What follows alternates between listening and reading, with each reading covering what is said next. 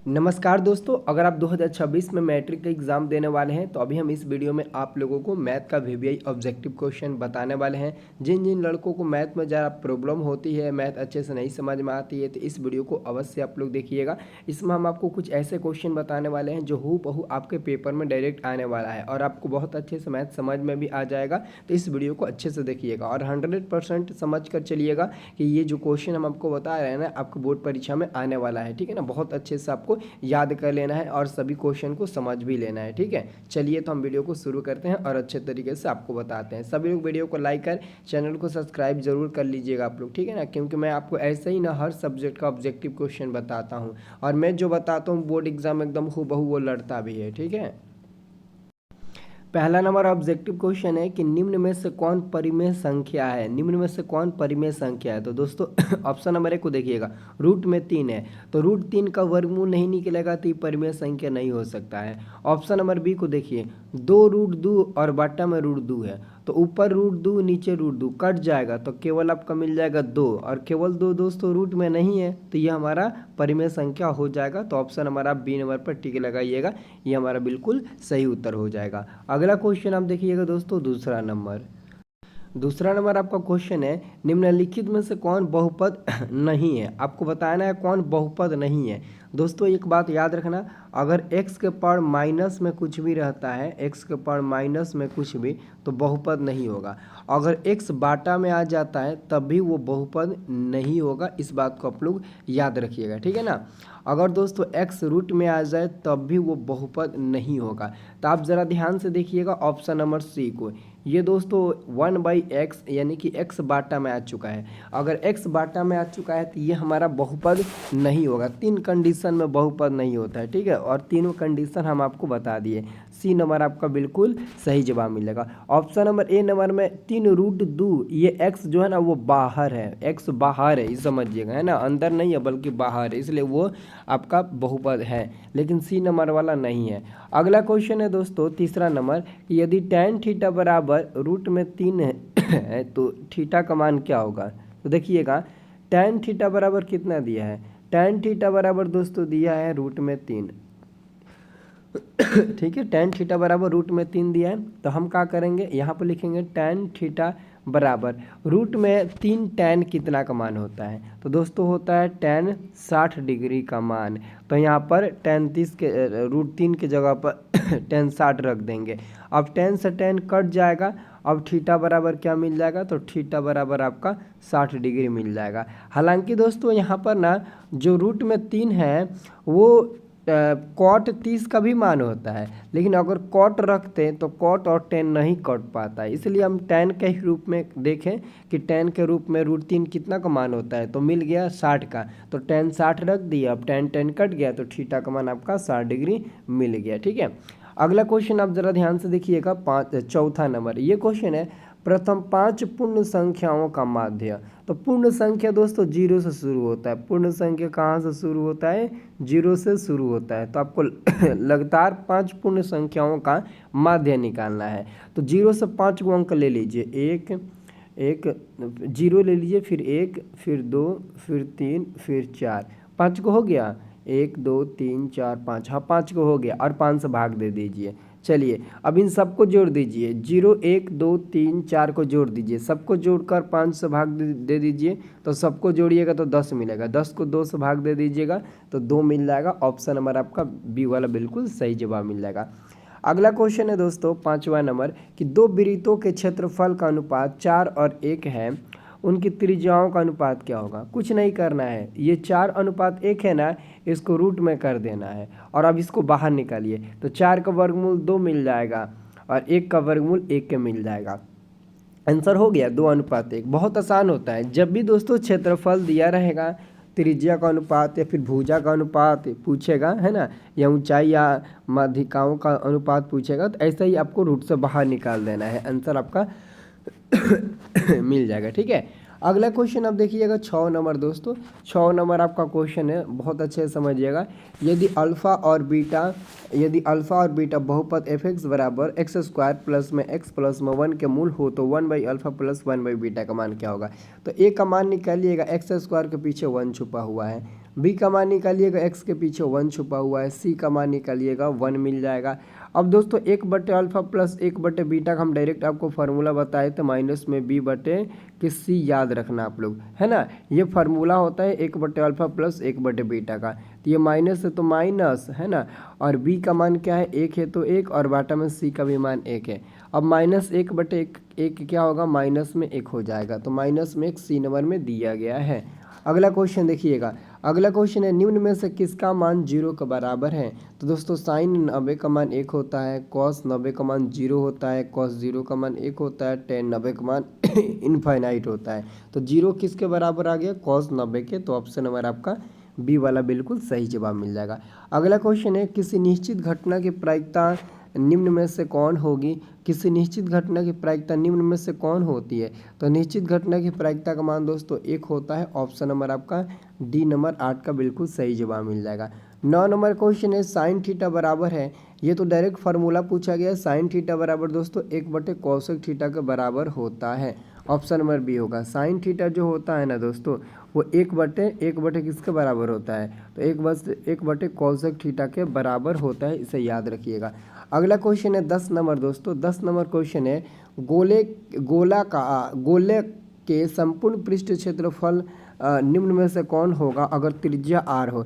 तो गोला का संपूर्ण पृष्ठ क्षेत्रफल पूछा गया है, तो 4πr², ऑप्शन नंबर आपका डी नंबर वाला बिल्कुल सही जवाब मिल जाएगा। ठीक है दोस्तों, अगर आप लोग अभी तक शुरू से अच्छे से तैयारी नहीं कर पाए हो और अच्छे तरीके से अभी आप नहीं पढ़ पाए हो और पढ़ने में भी आप कमज़ोर हो, तो दोस्तों मैं आपको एक सबसे अच्छा ऐप बताता हूँ, उस ऐप को डाउनलोड करके उस ऐप से आप लोग पढ़ना शुरू करिए।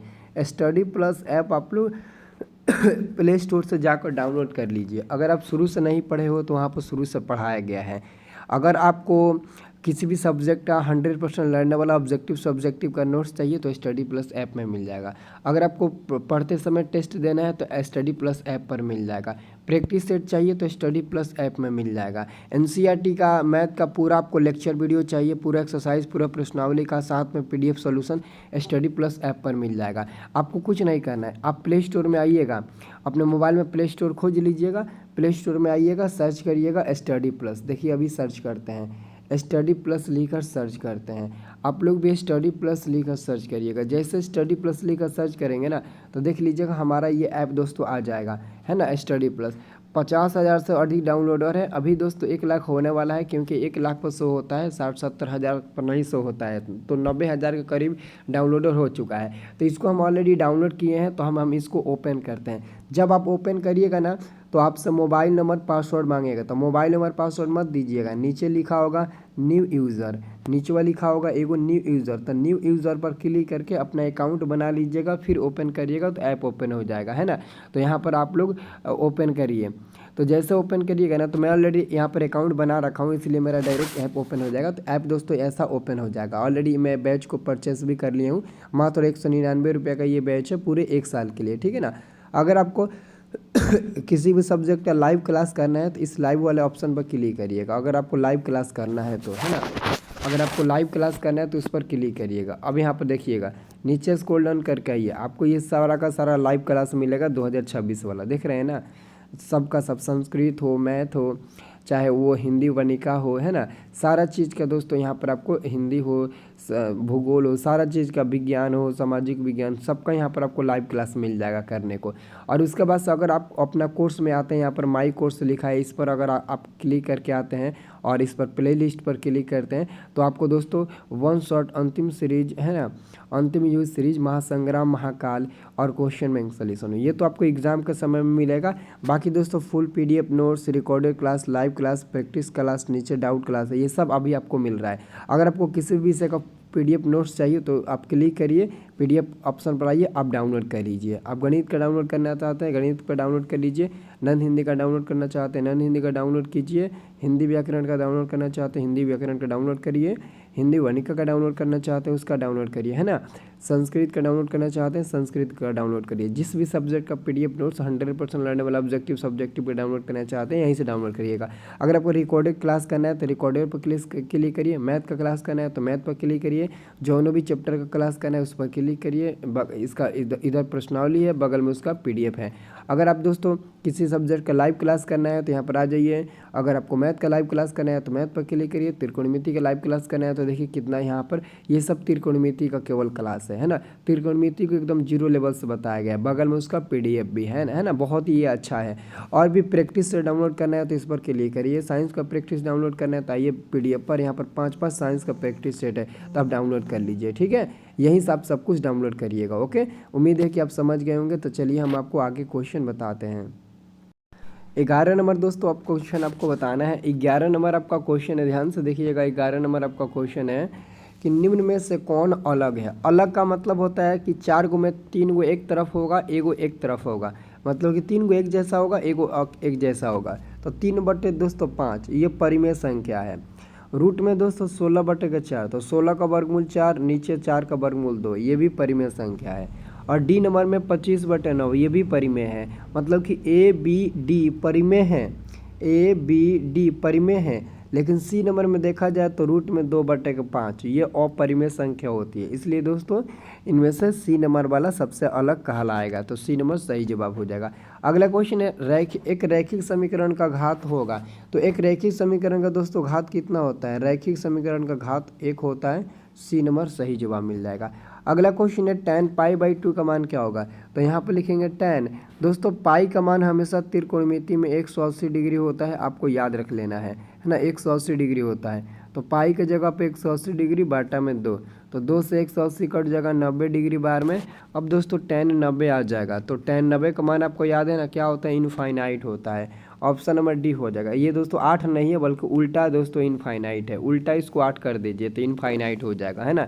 8 नहीं है, ये 8 जो है ना, ये ऐसे होना चाहिए, गलती से 8 जैसा बन गया है। तो इनफाइनाइट को ऐसे सूचित करते हैं, इसलिए आपका आंसर डी नंबर हो जाएगा, अपरिभाषित।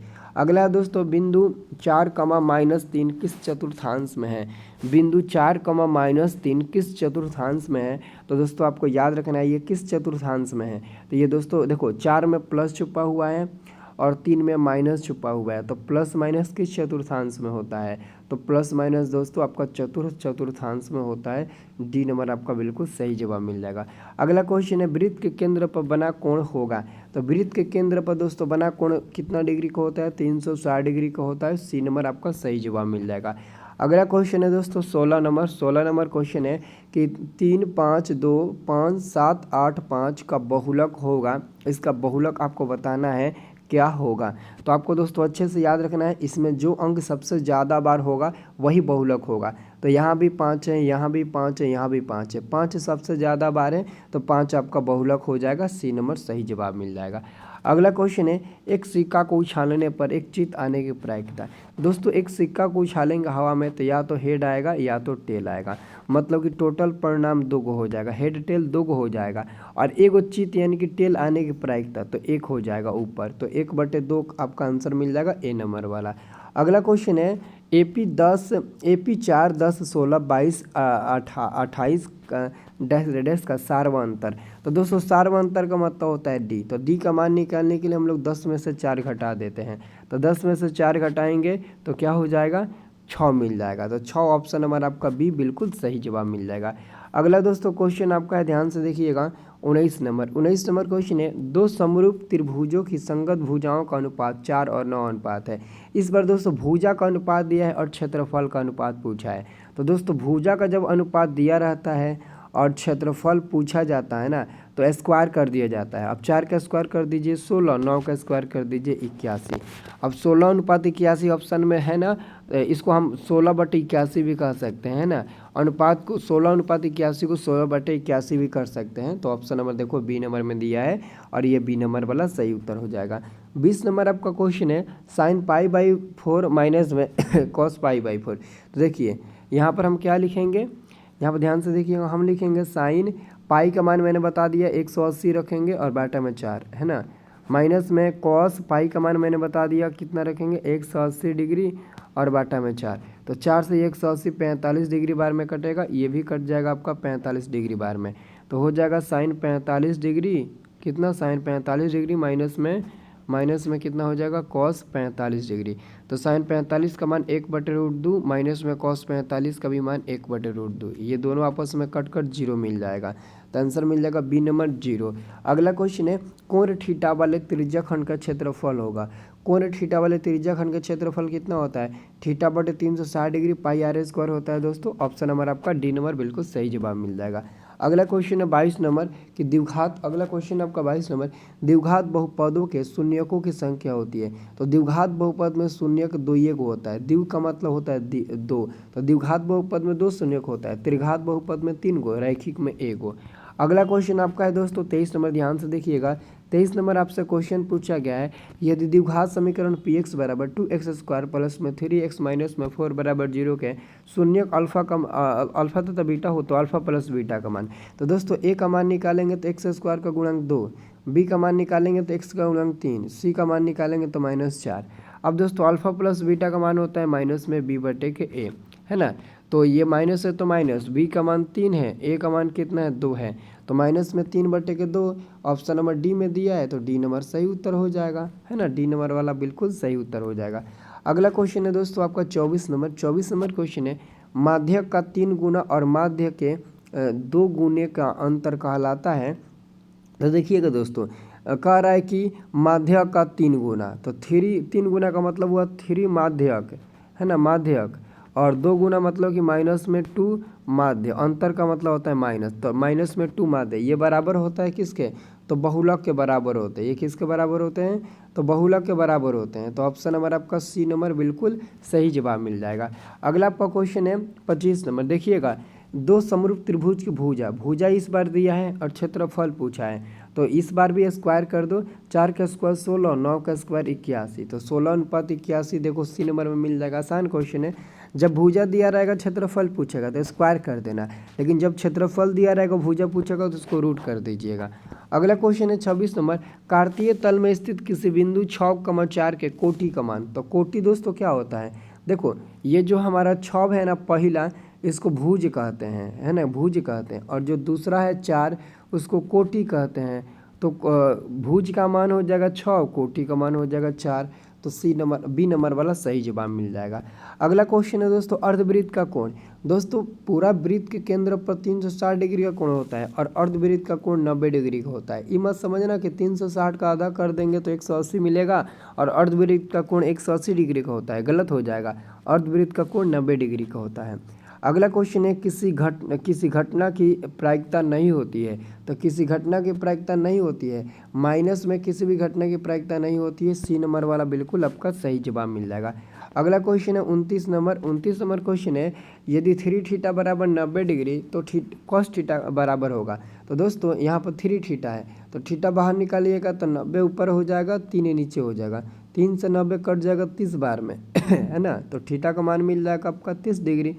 अब आपको निकालना है cos थीटा का मान, तो कैसे निकालेंगे? cos थीटा का मान मिला है 30 डिग्री। अब दोस्तों cos 30 का मान क्या होता है? तो √3/2 होता है। तो √3/2 ऑप्शन नंबर बी में दिया है और बी नंबर वाला आपका बिल्कुल सही जवाब मिल जाएगा। आप लोग कमेंट करके बताइए आपको कितना प्रतिशत अच्छे से समझ में आया। आपको समझ में आया तो ज़रूर आप लोग कमेंट करके बताइएगा, ठीक है बाबू।